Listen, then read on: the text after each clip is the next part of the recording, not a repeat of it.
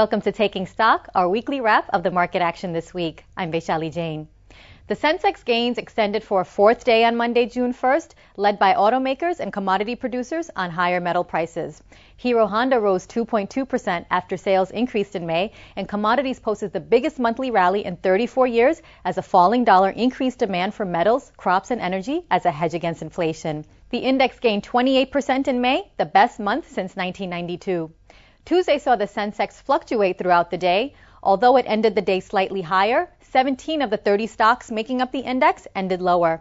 Some metal producers saw their stocks climb on higher copper prices and on signs that the global recession may be abating. In addition, new factory orders increased in the U.S., a sign that companies are gaining confidence that the slump may end this year.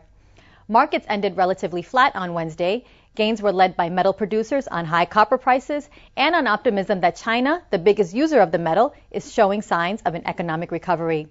On Thursday, the Sensex rose the highest since September 2nd after President Patil said the government would focus on developing the country's bridges, ports, and roads. Construction companies led the gains. On Friday, the index ended up marginally, but broader indices saw some pressure as investors booked profits in small and mid-cap stocks.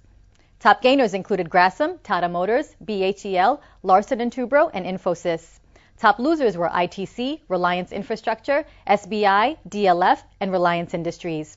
Most sectors made good gains for the week ended June 5th. Capital goods led the gains, followed by IT, auto, and BankX. Power and metals ended relatively flat, while the FMCG index was down. To tell us more on what to expect from the markets, we have with us PN Vijay of PN Vijay Financial Services. So, Vijay, since May 18th, which was the first day of trading after the election results were announced, the Sensex has jumped over 22%, and some analysts are saying that the markets are overvalued. What are your thoughts on this?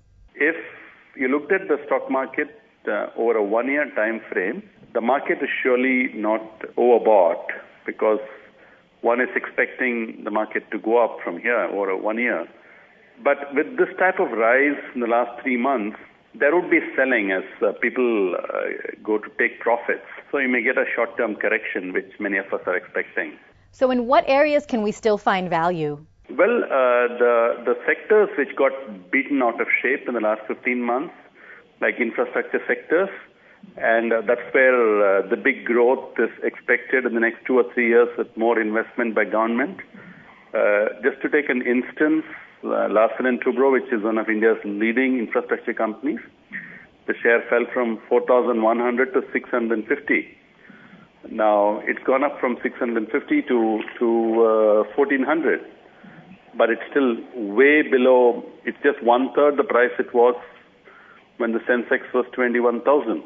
So same with BHEL and same with Tisco and same with Tata Motors, So these which relate to the domestic economy, which relate to the domestic growth story and domestic investment story, we expect those to outperform. And do you think the levels we've reached can be sustained? Yes, I in fact expect on the day of the budget, the market should to be probably 4 to 5% higher than what it is now because the budget's about 3 weeks away and I'm sure investors will take large positions in expectation of various reforms. But next 1 week we may see a sort of a very volatile, though I feel the index is, the Nifty is very unlikely to go down below 4,500. Okay, thanks Vijay for joining us. And that's all we have for you. Thanks for watching.